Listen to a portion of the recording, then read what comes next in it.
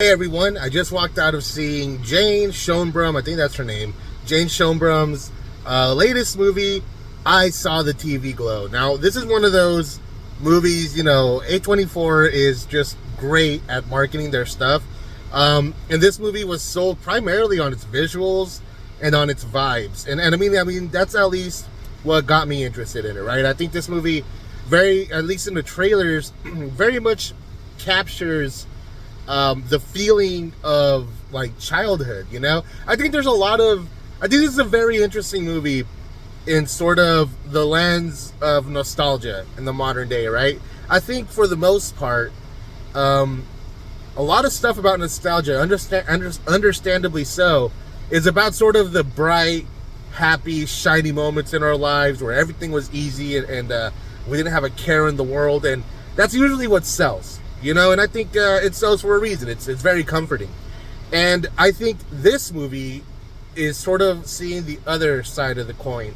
This is a movie that's also very nostalgic, but it's nostalgia for the quiet, sort of intimate moments that we share with certain people in our lives. One of the things really that really spoke to me about this movie is that it's about the people in our lives who aren't in it forever, who probably are only in it for a very short amount of time, and yet leave a huge impact on who we are, on our identity, and of our self-identity. I think this is also very much a movie about gender and gender roles. The director, Jane Schoenbrum, she's a trans woman herself, and I actually saw her last movie, Everybody's Going to the World's Fair, about a year ago, reviewed it on this channel. And what I've walked away feeling from that movie was that there's a lot of like good in that movie, right? There's a lot of really great visuals and great ideas and an interesting sort of theme that develops under the story. But what I felt was that it was getting at something that I just could not put my finger on. And in the video, I basically say two things, which is like, if you're trans, I think this movie, not this movie, Everybody's Going to the World Fair, I think if you're trans, that movie definitely will speak to something about that experience that unfortunately will be missed by anybody who isn't trans. And it's not that I can't connect to trans stories. One of my favorite bands is Against Me. And if you know about the band, you know about Laura Jane Grace and her journey with her gender identity. And the problem, and what I think this movie succeeds at, where Everybody's Going to the World's Fair doesn't, is that it captures something bigger than the trans experience. I think there is a lot of tragedy in being trans, and it's sort of one of the things that I really enjoy about Against Me and their Transgender Dysphoria Blues and Shapeshift With Me, these albums that are very much about the trans experience. I think there is a tragedy to a lot of the trans experience about sort of personal triumph juxtaposed against society's judgment and our strict gender roles. And I think when Against Me or Jane Schoenbrum in this movie, when they're able to sort of like look at that but expand it to this sort of bigger, like, I guess you could say, canvas, it manages to say something a lot more powerful. I mean, at least to me, right, as a cis hetero man, like, I think it says something a lot more powerful about sort of the core, like, I guess you could say, emotional truth that I can only imagine is part of the trans experience, but that I feel through these stories about unrealized dreams and regret and shame. And I think this movie very much is a very surprising. This movie kind of has a very Charlie Kaufman-esque like third act. It kind of reminded me of Synecdoche, which is one of my favorite movies. I think what this movie is sort of exploring, not just about sort of the trans experience specifically, but a sort of the regret of meeting someone, having someone in our lives who goes on a journey that we wish we could go on, that we wish we can understand. But unfortunately, I think a lot of people choose a safe route and choose something that's more comforting and, less challenging.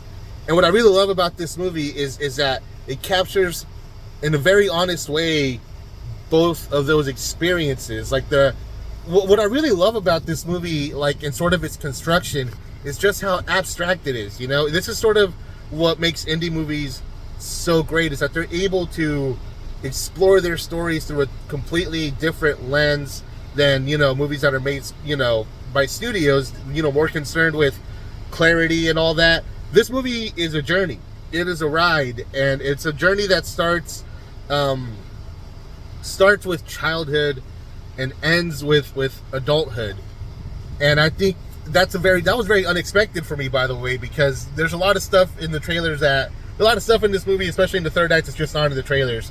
And I'm glad it's not, because when we got there, it really sort of threw off my expectations in the best way, because it really opened me up to really receiving what this movie was getting at, which is like a story that, for me, from my perspective, is about trying to go back, to that moment in our lives, that pivotal time where we chose the road that was often taken. The sort of that poem, The Road Not Taken. Like, a lot of people go down that route, and a lot of us stay behind or only halfway commit, and we're only able to sort of see those things from a distance. And I think that's another sort of big theme of this movie, is distance. Distance from our childhood, from that mindset, and from that feeling of longing, of this sort of existential wanderlust. And what I think the movie really gets at by the end is very upsetting. I feel like this is going to be a very divisive movie, by the way. This is not going to be a crowd pleaser. But it's not designed to be, because it is, in a weird way, a movie that lulls you in with this sort of millennial nostalgia for... And by the way, that's another cool part of this movie. Something that is just sort of completely lost in the modern day is this sort of the TV, like I'm thinking about like Adventures of Pete and Pete, Erie, Indiana, so weird. Pepper Ann, Daria, by the way, it's my dog's name. I got it from that TV show. But like these sort of TV shows that were produced as part of like, the Beverly Hills 90210 and Saved by the Bell thing, like right alongside them, often by the same studios, but that because they had a national audience for the most part, like there's a sense that there's a community out there, and I think what this movie really explored in that part of the movie, where it sort of wraps you up with this sense of nostalgia, not like in this warm way, but like in this perception of the sort of like darkness of it, this feeling that TV shows and movies and books, they're, especially if you feel like an outcast or you feel different than other people, how they're sort of a lens into something bigger, something beyond, that's just not a part of your day-to-day life. And the community that you find when like the one other person in town who watches Erie, Indiana, when you meet them and you get to geek out over that, and like, yeah, like that sort of experience, I really, really like enjoyed that aspect of the movie. But another thing that's sort of in the background here is the sort of misery of adulthood, or at least the miserable adulthood of the adults who never took a bet on themselves and who never, moved outside conventionality, and how those are the people that define our lives. Those are the people who own the movie theaters and who own like the arcades, are often these miserable just people because of their own and this is not like a holistic sort of judgment on people like that. It's just more I think it's more getting at the idea that like we recreate these things, right? We try to recreate fun, but it's always in the context of some sort of greater pursuit that's a lot more boring and a lot more mundane, God, this movie, it's surprisingly simple, And then, there's a part towards the middle end where like it starts to like feel like it's about to become this adventure story. And then what it does with that is very sort of heartbreakingly honest, this is a movie that I believe will alienate a lot of people, by the way. And something that I said in my review of Everybody's Going to the World's Fair is that movie felt like a great first like draft of something, and then like with a little more finesse, I see a lot of greatness in Jane Schoenbrum, and I think this is it. I think she has realized something here that is so painfully honest that it's just going to upset people, because it is confrontational in a very gentle sort of way, and in a way that's going to speak to a lot of people like myself, who definitely can relate to that sort of outsider, outcast perspective, and I think it's going to alienate everyone else. But this has the makings of like a cult classic. I feel like Gen Z is going to eat this up, and Gen Alpha, whatever they're called, they're going to eat this up. And I think for us millennials, I think a lot of your enjoyment is really going to come from how at peace you are with where you are in your life and stuff. I think if you really never did take that step outside of conventionality, I think this movie might actually break your heart, frankly. And I think it's designed to do that, and I think it pulls that off very well. This is a movie that is, by the way, I really can't wait to see it again. Now that I know the whole thing, like right now, just talking about it, like playing it over and over again, like there's so much depth in this movie. And yeah, I really hope that if it's playing in your town, you make the time to see it. And if you have already, or if once you already do, please let me know what you think about this movie in the comments, because this is a movie that begs discussion. And I think it very much rewards very attentive viewers, and also anybody who goes into it willing to sort of give itself over to the pace and to the rhythm of it.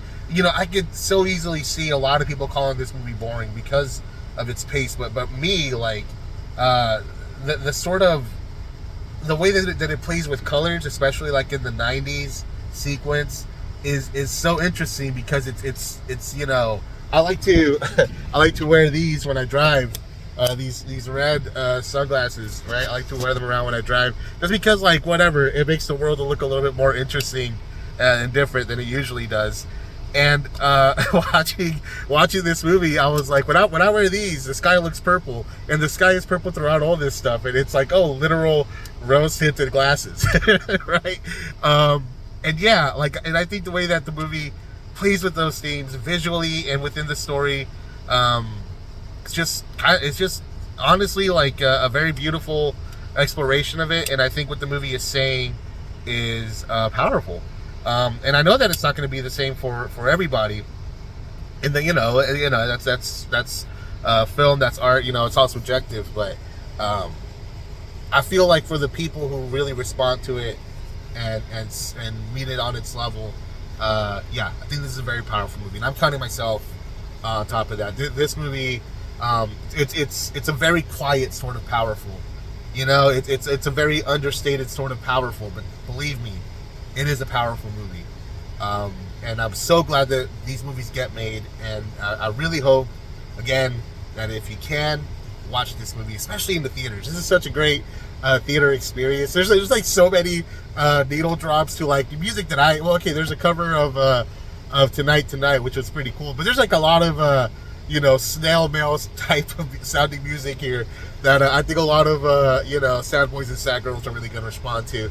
So yeah, clearly I'm a big fan of this movie, and I really, really want to talk about it. So yeah, let me know what you guys think about it in the comments if you've seen it. Make sure you hit like and subscribe if you enjoyed this video. I'm going to be watching, as soon as, doing these little in the car reviews after I watch movies in the theaters. They're kind of fun, I'm not gonna lie. So if you like that, make sure to hit like and subscribe. Until next time, I've been Ed. You've been awesome. Peace.